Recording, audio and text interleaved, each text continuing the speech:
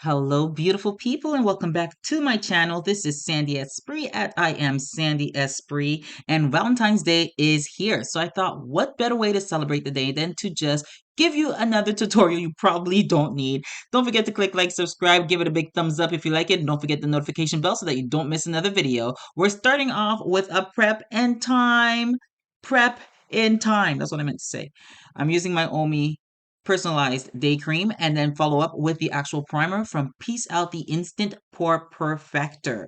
This here I find is a beginner friendly makeup tutorial. This is something that I would use with 30 minutes to spare.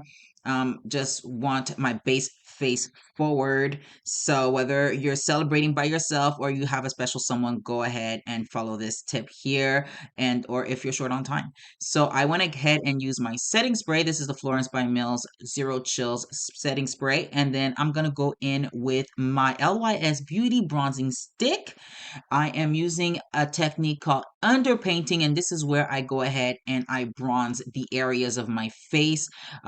I'm also using it as a cheat code to go ahead and contour my face, just adding the extra shadows where I normally would, but instead of doing it on top of the foundation, I'm going to do it underneath the foundation. So I've gone ahead and done the hollows underneath the cheekbone, the sides of my nose, the temple areas, and I'm blending it all out, just having that shadow there to just give my face shape and definition. And whatever is left over on the brush, I'm not adding any more product. I'm just applying it underneath my chin area and underneath the cheekbone there. And then next is going to be concealer.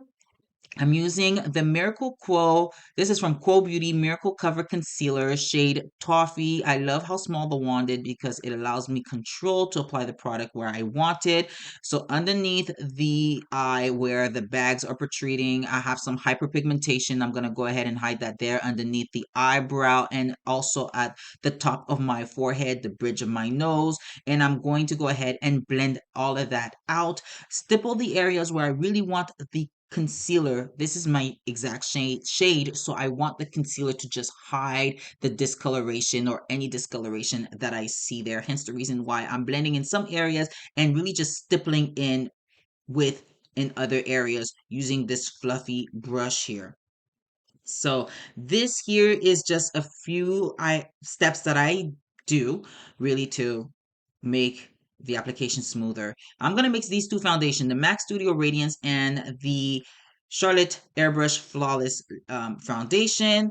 The MAC one is shade NC47 and the Charlotte Tilbury is 10.5 warm. Now, when I use that little pot here, this is from Real Technique, I find that it just really helps with the mixing of the foundation, and I'm able to get a texture and a color that otherwise I would not get with just the foundation. I find that when I mix my foundation, I'm able to get the texture and the feel for what I want my face to do. It's like really mixing the best of both worlds because I really do love these foundations for separate reasons. Like, for example, the Charlotte Tilbury Airbrush Flawless just covers everything. This is full coverage. You are not missing one thing. It's going to cover whatever you missed behind. In this case, whatever I missed behind. But with the Mac Studio Radiance, I find that it adds a certain glow, a certain natural skin-like finish, but with a glow. But I wouldn't get the full coverage like I would this with the Charlotte Tilbury. So I mixed the two together, and it's giving full coverage. Next, I'm going to go in with another concealer. This one is super light. This is from the e.l.f. HD Lifting Concealer. I really like that concealer. I'm kind of sad they don't make that concealer anymore.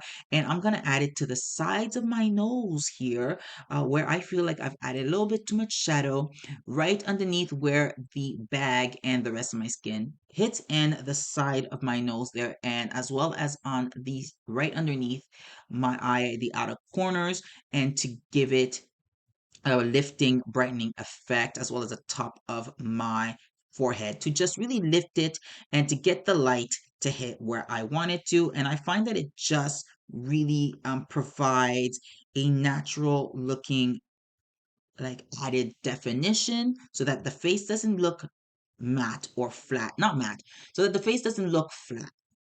So just these are just some extra steps. I know it seems like a lot, but I just find that like with more practice, it gets easier to do. Believe it or not, I actually did this whole face in 30 minutes. Okay, so that's what I'm telling you guys. I find that this is just beginner friendly. It just requires some steps. Now, beginner friendly doesn't necessarily mean less steps. It just means that you can go ahead and experiment. Okay, it does not anything intricate. It's just added steps. Now, if this isn't for you, then that's okay. It's okay. I'm gonna set, because with no matter what stage of your life you're in, always set your foundation. Once you've put on those concealers, you definitely don't want it to go anywhere. You want to set those bad boys in, especially with the concealer once it's blended out. So I'm setting it with the Dermablend Pro Illuminating Banana powder, and with, of course, the triangular puff there to make sure that I get it right where I need to. Oh, you can also see that it's a brightener, but it's not in a glowy way. And if you find that you put too much concealer in one area, go ahead and use that powder brush that you used that had the foundation. Don't add any more product, just go ahead over it. This is a Kosas Air Brow Clear Lifting Gel, and I don't do my brows as much. I don't fill them in as much anymore. I just find that sometimes it takes a lot of time. Also, I did not buy another thing there. Hack: if you want to go ahead and have a highlighter, but you don't want to have that flashback, invest in the elf Halo Glow liquid filter. Use it. You can use it as a foundation, but I love using it as a highlighter. It really brightens up the face and allows the light to play on your cheekbone. This, I feel, is the most beginner friendly makeup product that there is out there. The elf Halo Glow is just amazing. You can add it as an all over glow on your face. Personally, I love using it as a highlighter just because it acts as a natural highlighter. It's amazing. When I do use it all over my face, however, I do find sometimes that it can break out.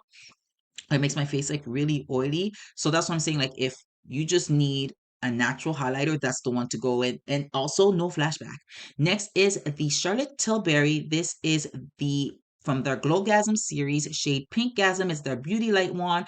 I'm gonna apply right at the top underneath my eye where that bone is, and then I'm gonna move it downward, and then go ahead and add as a topper at the top here. And then I'm gonna use my blush brush to go ahead and blend it out. And the reason I'm moving it downwards is because I really don't want it to interfere too much with the halo glow.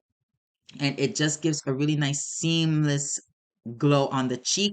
Now I'm going to use my actual blush, which is from the LYS Higher Standard shade Empower. Now I noticed that I used a bit too much blush here, and yeah, this side is looking a little bit clownish, but that's okay. We're going to use the powder brush, and we're going to go over it to kind of just mute it down with the highlighter. This is the Megaglo highlighting powder, rosy petals. I'm adding it in the inner corners, and then going to go ahead and set it with my setting spray. This is a very good tip if you want your makeup to last. Don't be stingy with your setting powder and your setting spray.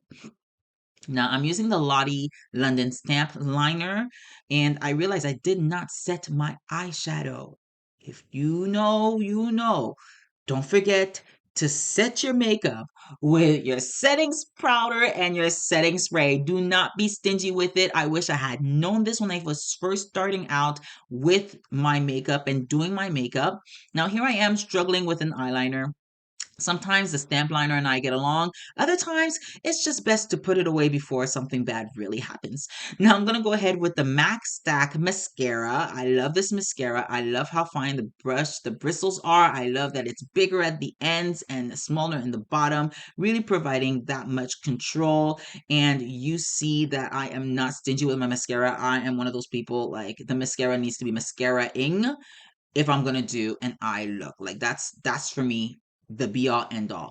Next, I'm gonna move on with the lips. I'm not overlining this time. I just really want to shape and define my lip. I'm using the Sephora liner to go. This is shade Deep Ruby, and I'm lining my lips as carefully as I can. And I really am playing within the line, like just really playing within the line of my lips. I'm not trying to go over. I don't want it to look any bigger than it actually is because I feel like my lips are luscious enough. And also that glow at the top there, I really love that glow from the e.l.f. Halo Liquid. I love what it's doing, the Halo Glow Liquid Filter. So I'm not trying to get rid of that too much here. Just really wanting to define the lip there. And yeah, just smudging it out. And then, yeah, I noticed that there was a little bit, I kind of went over at the bottom. I always go over at the bottom here. Next is the MAC Locked Kiss lipstick. This is shade Deep Ruby, I believe, or True. It's all going to be down in the caption section below. But look how vibrant that red is. I love it. It is one of my favorite vibrant reds, and this is the finishing look after I've done my hair and whatnot. Don't forget to click like, subscribe. Don't forget the notification bell, and I will see you guys in the next video. Ciao for now.